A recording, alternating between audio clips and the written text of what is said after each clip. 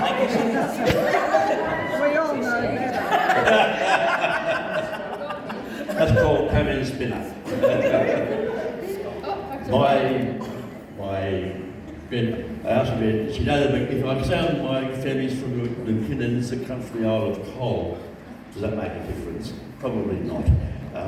The Isle of Col is a little bit further north of Iona, and one of my hopes is to visit Iona and the Isle of Col maybe next year. So it's been one of my dreams to go back there. The Isle of Col, I was told by someone who I happened across, said it's the most beautiful place 10 days of the year. The rest of the time is a bit different. But Ruth, it's lovely having you here. You're a minister of the Church of Scotland. You have an interesting history. You were raised on Iona almost. You spent many years there as a child and came back to work there and to be part of the community there. Ruth has been over in Europe working with youth work, but probably the most significant, I think, if I can say it, from what I was reading, is that your time in India was probably amongst the most formative times that was there, and your special relationship with your father and your grandfather, both of whom are ministers, so that there's been a lot of things that have happened there for you. In reading something about you, you say, I believe God weaves a pattern of golden thread through all lives and all life. And in reading something in your bio, that thread seems to come out in a variety of ways, which finds you now back as the CEO of Iona, and we welcome you here to share with us tonight. Thank you very much. I always have to lower the microphone. It's part of the joys of being slightly shorter than here. With whom it is great to share a stage. Thank you, David. Good to meet you. Thank you, Joel. Thank you, Brooke, for these wise words. Scots are known for our exports. One of them, maybe a famous one, you might have heard of Billy Connolly. Famous for saying, that'll bring a tear to your glass eye. Your song tonight, Caledonia, that's enough to bring a tear to the glass eye of a Scottish woman. Thank you so much. We have many exports, Ushkaba, the water of life, or whiskey as it might be known to yourselves. And as I was in Gippsland earlier this week, is that right? Gippsland, it must be this week, so it's Gippsland. I learned of some of our not so savoury exports, the violence, the exploitation, the uncertainties. The complex history has been a thread running its way through this pilgrimage for us since we landed in Morleywood, Perth, a few weeks ago now. So I'm just going to share a few reflections and then I look forward to the conversation. Before I do, I guess what I bring to you as leader of the Iona community is, you can imagine now in the Zoom world and the WhatsApp world, I have had lots and lots and lots of messages over these last weeks asking me, first of all, how are things in your part of the world, Ruth, after the referendum? And secondly, and I guess continually, urgently, what are we going to do about Israel-Palestine and the ongoing horror of violence there? And so I bring to you, friends, that wider global context, which I know you don't need me to remind you of, but we here sit in that global context, and we cannot forget our friends and relations across the globe who are despite whatever religion, suffering the outcomes of violence. So I hold those Jews and Palestinians in my heart. When I was invited to join in this pilgrimage, Joy, who you've met earlier, when asked, what do you want us to get out of the pilgrimage? What's the purpose? What are the outcomes? Said this. Joy wants genuine sharing to stir hearts and to fill souls with gladness and joy, to give comfort and hope for the future.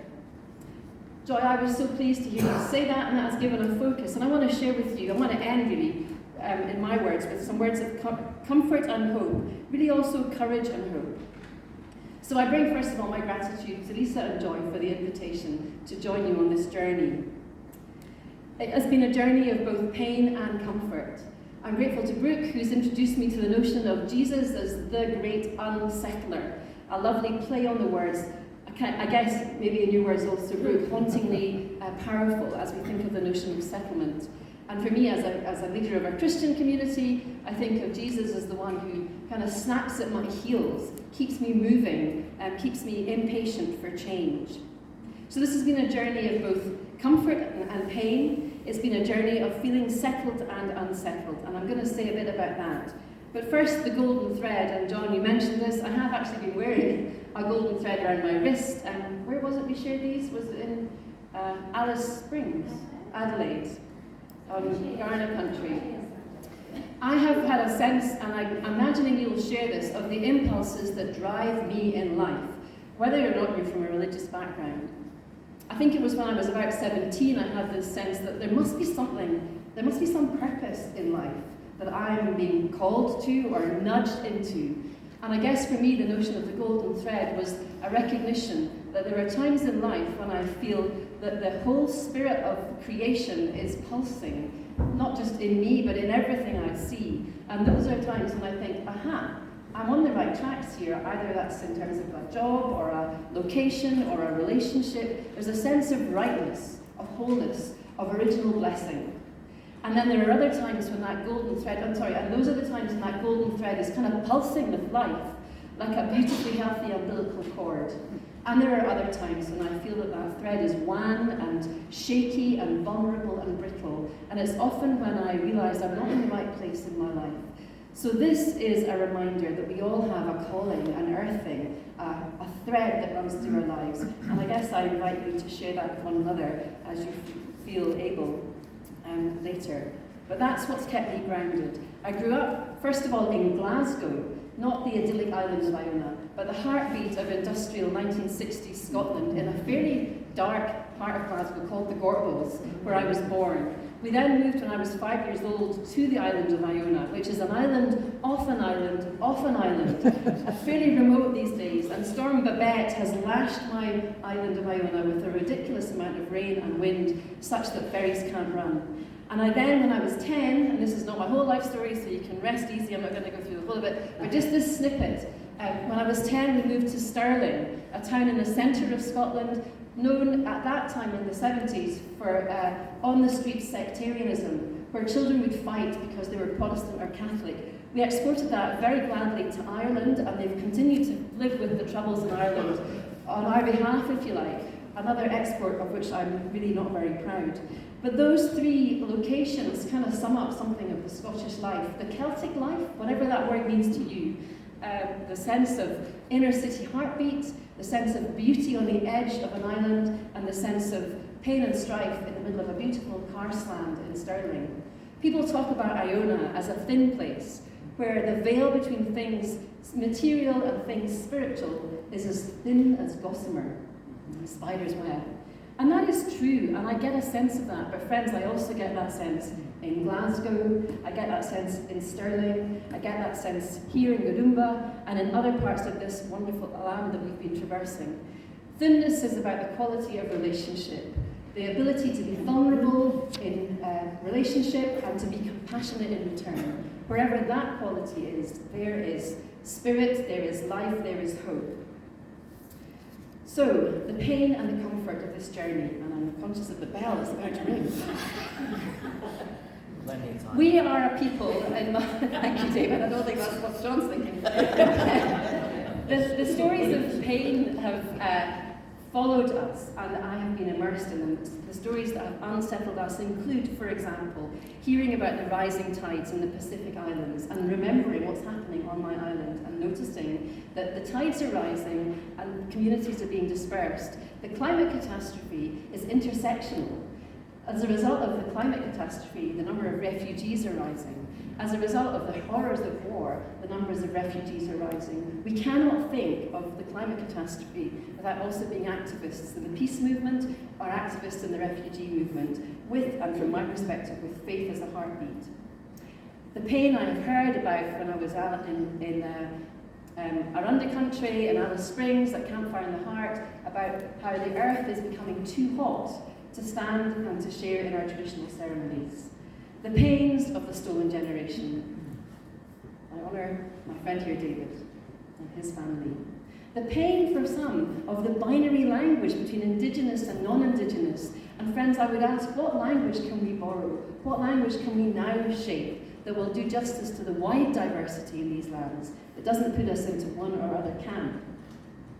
The pain and the paradox of flying for a creation care pilgrimage, when actually our flights and the guzzling addiction to carbon is one of the single most significant things we need to address today. And I understand the complexities in this huge land, but I need to say that we have to stop flying so much, or find ways to, for example, cut out all business and first class, and then if we're going to send planes in the air, put more people in them to make them more efficient. The pain of the massacres in Gippsland, just some of the uncomfortable conversations we've been having. And then the stories of deep comfort and settledness. The Colbert Reconciliation Centre, so close to that stolen generation life, and yet so full of compassion and forgiveness, and arms reaching out in welcome. The conservation work on Bragan on Raymond Island, where the tree planting is remarkable. The scarred tree education work done in Sydney and in other places. The gift of the companionship of Lisa and Brooke and Joy, and of course Nick, as we've travelled in these places. The gift of friendship, where we meet Carolyn again, having met first on Wajima. So what do we do with this paradox of pain and comfort? Thank you very much. I'm gonna do it. Phew. What do we do? First of all, we need to build alliances. I'm not the first to say that here. Joy said that, others are saying that. For me, you'll not be surprised to hear, it means living in community, whether that's a dispersed community like the Iona community, or whether that's an intentional community, or whether that's a faith community or a political community. Get together and have the hard conversations with one another, and then take actions together. Form alliances. The second thing we can do is allow those communities to be marked by deep listening. I've talked about donut listening. If you've ever tried to eat a donut without licking your lips, it's great fun, party game. It's very counterintuitive. When you're deep listening, you have to turn off the narrative in your head that's rehearsing what you're going to say next. Otherwise, we're not really listening. It's hard work, it's counterintuitive. We call it donut listening. It'll be exhausting, but it'll be worth it. And then bringing courageous questions to one another and deep comfort in the friendships that we find. And then lastly, pilgrimage as a way of life. This should be also our calling. I'm going to go home from here. Caledonia is calling me and I'm going home. However, I will never be the same again. I will never use language in the same way. I will always think more carefully about how I speak to one another. I will always be painting leaves and sewing them on banners because it's such a wonderful witness. Pilgrimaging together changes our lives. Let's do that. And so just going to end with Joy's purpose, with a few more words added. The purpose of this pilgrimage, genuine sharing, to stir hearts and acknowledge pain, and to fill souls with gladness, joy, and courage, to give comfort and hope for the future. Thank you.